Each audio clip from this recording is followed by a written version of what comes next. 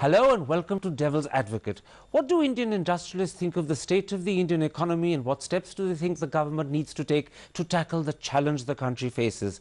That's the key issue I shall put today to one of India's top industrialists, the chairman and group CEO of Bharti Enterprises, Sunil Mittal. Mr. Mittal, let's start with the state of the economy. On the one hand, we've had better than expected Q4 results, and the economy as a whole during the last year has grown by something like 6.7%. But on the other hand, exports have steadily fallen for 7 months in a row.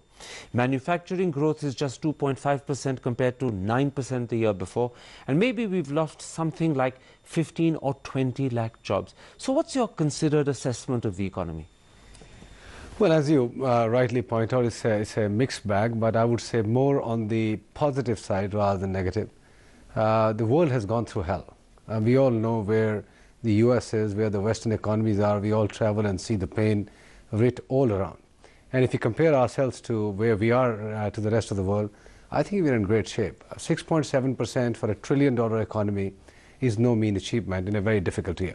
So you agree with the view of Mr. Tendulkar, who's the head of the Prime Minister's Economic Advisory Council, that the economy is A, reviving, and B, we will begin to see healthy growth in the second or third quarter of this year? I would say yes, but a cautious yes. There is an air of expectation all around with the new government having taken position. People are having great expectations from the upcoming budget. The manifesto of the Congress Party and UPA clearly suggests that there will be formidable steps being taken by the government to take care of all stakeholders of the society. I'll come in a moment's time to your expectations of the government and in particular the upcoming budget, but for a moment let's focus on manufacturing. Not only is manufacturing growth down to just 2.5% compared to a much more healthy 9%, but in the fourth quarter it was actually negative. As a former chairman of CII, how worried are you by the state of Indian manufacturing? Well, manufacturing has been a cause of concern for a couple of decades now. I mean, India has seen the manufacturing coming down year after year. Last 4 or 5 years, we saw stabilization and then recovery of manufacturing sector. The last 1 year has been a blip again. But do remember that prior to the last year, the 4 or 5 years have been robust years of manufacturing growth. Even now there are pockets which are doing very well. I mean, take the specific example of automobiles. Some companies have grown tremendously even in the last year. But you do accept that manufacturing as a whole has become a problem area for the Indian economy? I wouldn't say it's a problem area, but it has gone into a consolidation phase where the growth has been far limited in most of the manufacturing sectors. Real estate shrunk, the infrastructure slowed down, so therefore steel, cement, and by virtue of their associated sectors, not to forget, the exports did suffer on account of the world economy slowing down. Now, you also have a venture with Walmart, which means that you have a great interest in agriculture. And I noticed that agricultural growth this year is just 1.6% compared to a far more robust 4.9% the year before. Is agriculture a problem area, or should agriculture be seen in terms of cycles and in 4-year ranges rather than 1 year at a time? Well, if you just go 2 quarters back, agriculture was looking good. And we were all very happy that agriculture had started to contribute to the economy. But given that 60% of India's population is reliant on agriculture and the share of the GDP pie for agriculture is only 17%, there is a skew. If agriculture starts kicking in, it will take care of a lot of pressure that the government faces in the rural areas. It has slowed down, but we have seen slower growth in agriculture in the past. So I am not pessimistic about agriculture. Technology, injection of infrastructure into rural areas should hopefully do some magic there. Now, given the economic picture that you've helped paint for us just now, do you believe the country needs another stimulus package, or are you a little worried by the ballooning fiscal deficit, which is already touching 8%, and if you add in the state deficits, it could be crossing 11, even 11.5%. So do we or can we afford another stimulus package? You know, from my point of view, stimulus package should come in the form of massive investments, public investments. Now, I'm not looking for stimulus package in terms of doles to the industry or particular sectors of industry, barring 1 or 2 which may be really on crutches, which may need some support. Stimulus package should come in the form of massive public sector investment. When you talk about massive public sector investments, are you talking primarily about investment into infrastructure? Yes, I do. What are the areas of infrastructure where particular attention is needed, or do you think anywhere would suffice, because at the moment Indian infrastructure is in a very poor state? Actually, anywhere will suffice, but there are areas where the private sector is taking a pole position. Take the case of telecommunications. Government doesn't need to worry about it. In fact, they are seeking a lot of funds from telecom to invest in other infrastructure areas. Roads, ports. Thankfully, we will have 6 swanky airports in the next few years in the country, which will be a great start. Railways and electricity, power. I mean, power is a huge issue in the country today. The problem with infrastructure is that successive Indian governments have talked about it, they've promised to do a lot about it, but actually it doesn't translate into reality. Most people turn around and say that implementation and execution is the problem. Would you agree with that? Yes, I would say the outlays have been very strong.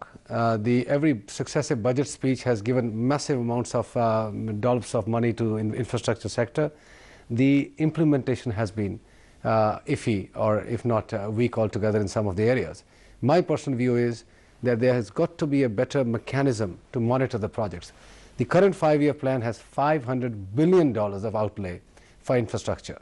Can we spend that? Can we spend it wisely? Would be the question. Well, what would be your advice to the government, both as a former CI chairman and as also chairman of Bharti Enterprises, to improve implementation and execution? My mantra is simple. It's got to be a PPP model. Have a participation of private sector. What you will see in 2 years' time in Delhi and Mumbai in terms of beautiful airports, which have already been done in Bangalore and Hyderabad, are very clear examples of where the government might and the government support and private sector participation for execution can do. Let me put to you something that Montek Singh Ahluwalia, the Deputy Chairman of the Planning Commission, told this very program 2 weeks ago. He said that rather than the government clearing projects that are already assigned to individuals, where the individual himself or herself could be controversial and so the project itself becomes controversial, it would be better for the government to clear the project, arrange for all the permissions and then auction it. Clearing projects without an association with an individual is an easier way around it. Do you think that makes sense? I think it makes, it's a good suggestion that have the project ready to go, because there's no point announcing a lot of PPP projects, fill up the pipeline and the projects don't take off. I think it's a good suggestion. So you think this sort of clearance of projects and through these projects greater investment in infrastructure is the answer to stimulating the economy? There's no need to expand money supply or make money cheaper. That's already been done enough of. I think money supply has improved dramatically. Making money available to businesses and trade at a cheaper rate is always a desirable element. In the last couple of years, the rates of interest did go up. The worldwide interest rates are very, very low. I think for making Indian industry competitive, some tweaking of interest rates are warranted, and we have been seeing Finance Ministry and others nudging the banks to lower the interest rates. But your advice today to Pranab Mukherjee as he gets to the last run of his budget preparation is concentrate on investment in infrastructure. Absolutely. Take Montek Singh Ahluwalia's suggestion of clearing projects rather than individuals, and don't worry too much about money supply, a little tweaking here or there, but the main focus is infrastructure. I absolutely agree. India needs to fix its infrastructure rapidly. Let's come to something else that the government has talked about in the President's address, disinvestment. Once again, in the interview I referred to, Montek Singh Ahluwalia said it would be extensive, that the government would come up with a 3-4 year schedule of disinvestment, so it's not a one-off. And as he added, 51% is really the only limitation on the government.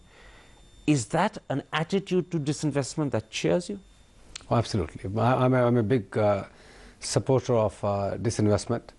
I personally believe the government needs to pick up these large amounts of billions of dollars, tens of thousands of crores from these disinvestments and put them, as I said earlier, into both infrastructure and social programs. Government will need the money. They will have a limitation on their fiscal responsibility. They will not be able to spend too much, but they can access money from each one of these disinvestments and raise monies. 2 quick questions. I noticed from your answer that you think money from disinvestment should be used for infrastructure, both physical and social, not actually to cover the fiscal deficit. No. I personally believe these are valuable crown jewels of the government. When they pick up money out of this, it must only go towards benefit of the nation, which is infrastructure and social projects. The second quick question is that you're talking about disinvestment and you're happy with that. You're not really pushing for privatization.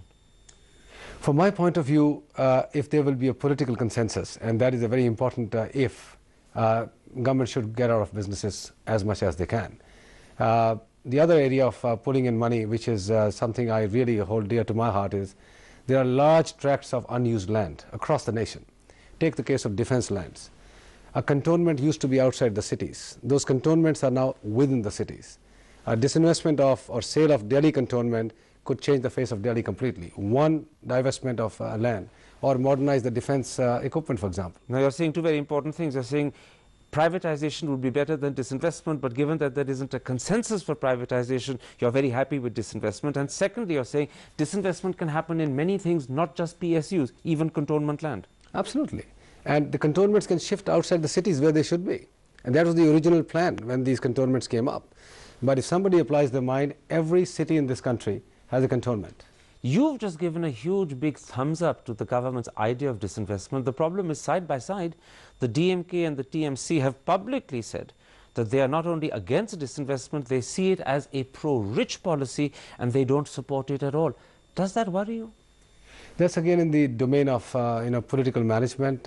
My personal view is owning additional equity in businesses is of no use for the government. But that monies they can release and apply to social sectors is certainly a political good thing to do. How disappointed would you be if after making all this talk about disinvestment, the government actually doesn't act? Well, life goes on. In the last 10 years, we haven't seen much of disinvestment. The country has moved on, 9% growth, 10%, almost 10% growth, and we have done well. It's a nice thing to do, but I wouldn't say it's something that if it's not done, will compromise the country. In the same breath, let me also then mention three other things the government has talked about. I'm talking about raising insurance caps. I'm talking about banking and pension reform. Now, these are commitments that this government has made before. In fact, insurance caps goes back to the first budget of 2004 and it hasn't been delivered on. This time round, now that they've reiterated these promises, is this a credibility test for the government to deliver, or again, would it not matter? Well, I think some reforms are required. Insurance, for example, going from 26 to 49%. Would have no implication, because the rights for foreign owned participated companies, whether it's 26 or 49, doesn't change. It's only a matter of putting in more money into the sector. So the government should go ahead with that? Absolutely, and the government is committed. They've introduced this in the Rajya Sabha. They had political difficulties. If they can build a political consensus, they should get there. But what happens if once again, having promised it, they don't deliver on insurance caps, on banking and pension reform? Would that be a bad signal, or again, is that something that the country can live with? I'm optimistic on this. My view is we will see some movement. How far that will be, I don't know. But you're an optimist? Yes. Let's take a break at that point. I want to come back, Mr. Mittal, and talk about reforms that the government hasn't spoken about. Reforms to do with labour, reforms to do with FDI in retail. How important are they? That's in a moment's time. See you after the break.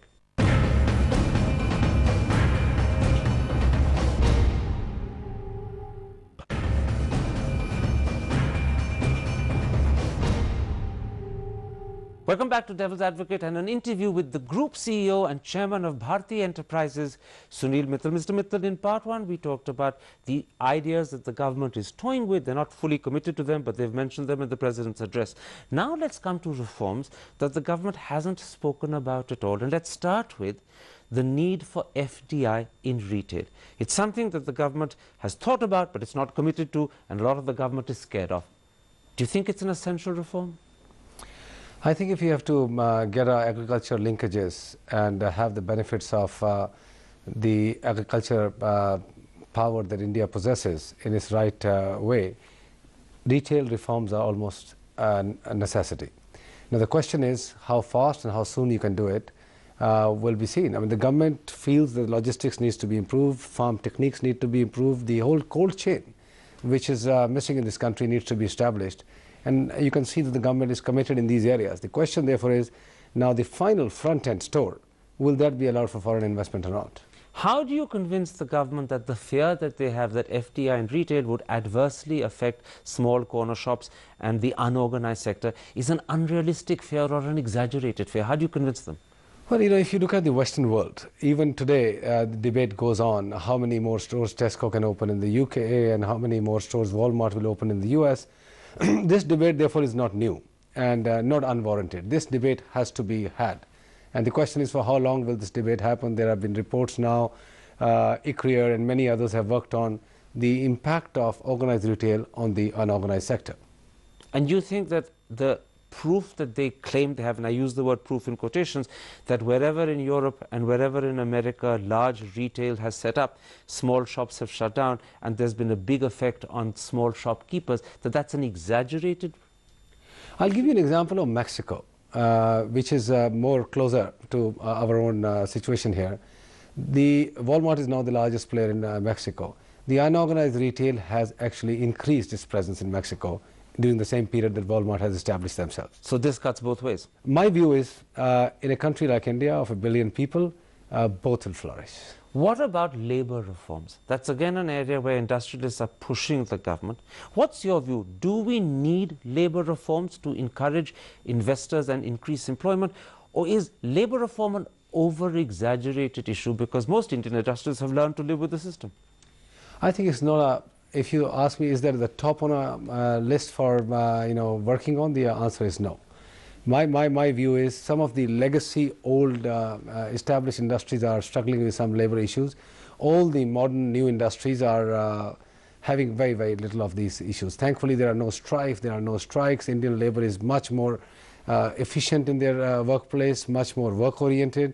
I think labor reforms, again, something desirable, but having a hire and fire policy in a country like India is not going to be an acceptable task, and neither should that be a requirement from the industry. Well, this is very interesting. Here's an industrialist who actually says that hire and fire in India should not be the target that industrialists push for. Yeah. We have to be much more benevolent and much more caretaking of our labor force, our people, and that's a philosophy at least I hold very dear to myself, and I think all industry players must.